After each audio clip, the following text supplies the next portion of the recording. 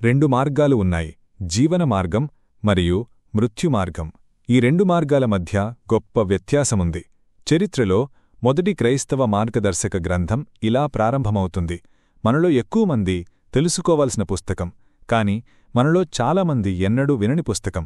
కొత్త నిబంధనలోని అనేక గ్రంథాలకు కూడా ముందు రాసిన అంత పురాతనమైన పుస్తకం.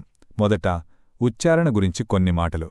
ఈ పుస్తకం యొక్క సరైన ఉచ్చారణ, లేదా ఆంగ్లంలో అత్యధికంగా ఆమోదించబడిన ఉచ్చారణ దిదఖ్యే అని. ఇది మంచిది, ఇది సరైనది, మీరు ఈ పదాన్ని వాడవచ్చు.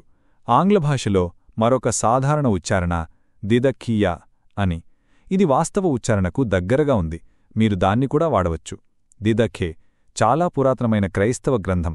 ఇది మొదటి శతాబ్దంలో యూద క్రైస్తవుల కోసం రాయబడింది మరియు సువార్తల భాగాలను, 12 మంది అపోస్తలుల జ్ఞానాన్ని మరియు ఇప్పుడు మనం పాత నిబంధన అని పిలిచే వాటిలోని కొన్ని భాగాలను ఒక చిన్న సులభ గ్రంథంలో సంకలనం చేస్తుంది. ఇది క్రైస్తవ చరిత్రలో చాలా ప్రారంభంలోనే రాయబడింది.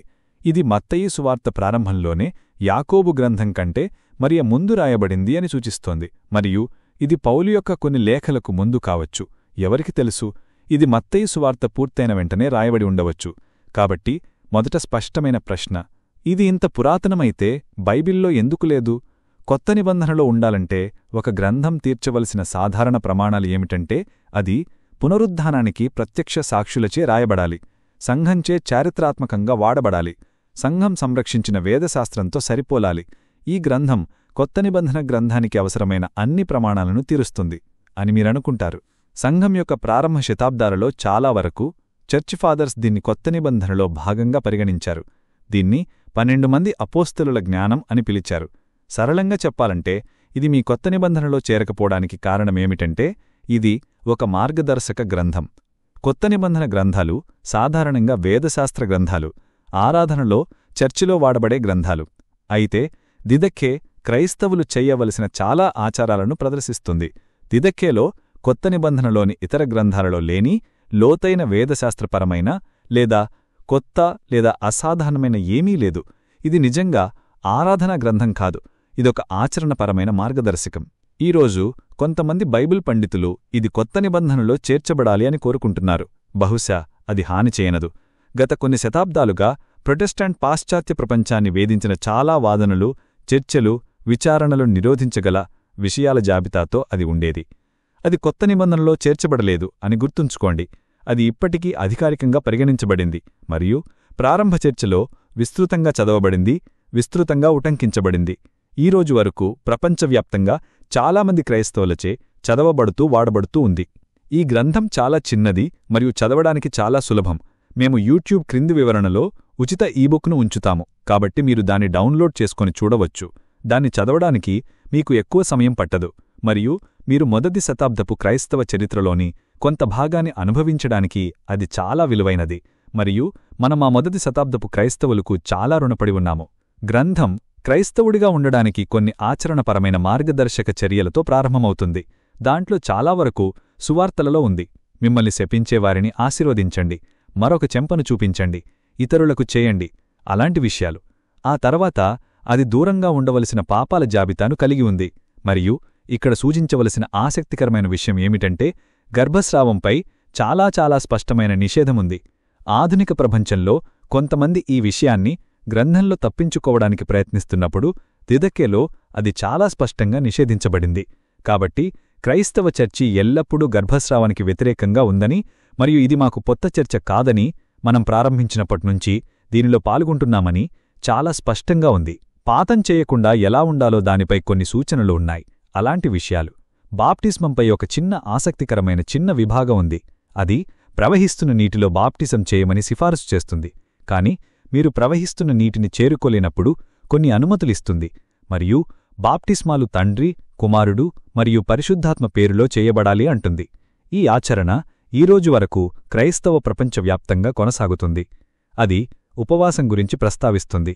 వారి చుట్టూ ఉన్న ప్రపంచం మంగళవారాలు మరియు గురువారాలు ఉపవాసం చేస్తుందని, కాని క్రైస్తవులు బుధవారాలు మరియు శుక్రవారాలు ఉపవాసం చేయడం ప్రారంభించారు అంటుంది. బుధవారం యేసు ద్రోహించబడిన రోజు, శుక్రవారం ఆయన సిలువ వేయబడిన రోజు. బుధవారాలు మరియు శుక్రవారాలు ఉపవాసం యొక్క ఈ ఆచారం ఈరోజు వరకు తూర్పు ఆర్థడాక్స్ సంఘంలో సంరక్షించబడింది. మేము వారానికి 2 రోజులు శాకాహారులుగా మారుతాము. ఆ తర్వాత దిదక్కే రోజుకు కనీసం 3 సార్లు ప్రభువు ప్రార్థన చెయ్యమని సిఫారసు చేస్తుంది. ఇది ఈరోజు ప్రపంచవ్యాప్తంగా చాలామంది క్రైస్తవులచే ఇప్పటికీ ఆచరించబడుతూ ఉంది.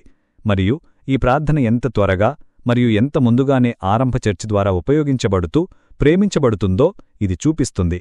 కమ్యూనియన్ గురించి ప్రస్తావించబడింది. మొదటి శతాబ్దం నుండే అది కేవలం సంకేతం కంటే ఎంతో ఎక్కువగా చూడబడిందని చాలా స్పష్టంగా ఉంది.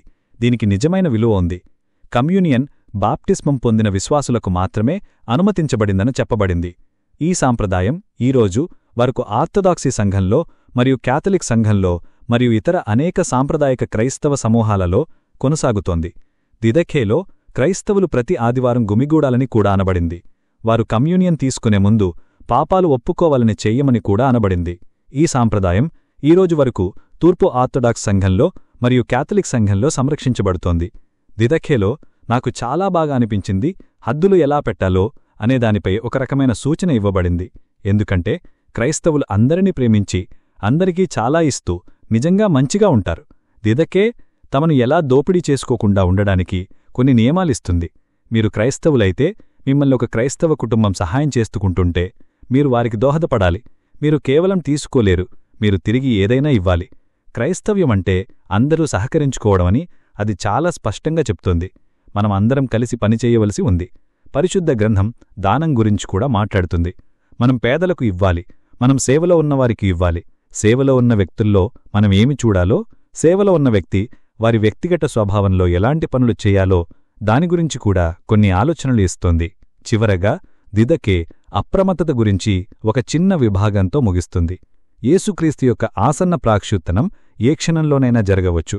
అందుకే మనం ఎప్పుడూ సిద్ధంగా ఉండాలి. అలా దిదకే మొదటి శతాబ్దంలో మన పూర్వీకుల క్రైస్తవం ఎలా ఉందో మనకి ఒక చూపు చూపిస్తుంది. మొదటి శతాబ్దపు క్రైస్తవం ఎంతవరకు ఇప్పటికీ మన విశ్వాసంలో ఉందో స్పష్టంగా చూడడం ఉత్సాహకరంగా ఉంది. కొంతమందికి ఇది ఆశ్చర్యకరమైన గ్రంథం కావచ్చు. ప్రారంభ చర్చి చాలా అస్తవ్యస్తంగా ఉందని, అది ప్రారంభించిన గందరగోళమైన వాతావరణంలో కొంచెం అలజడిగా ఉందని మనకు ఆలోచిస్తారు. దిదకే అది అలా లేదని చూపిస్తుంది.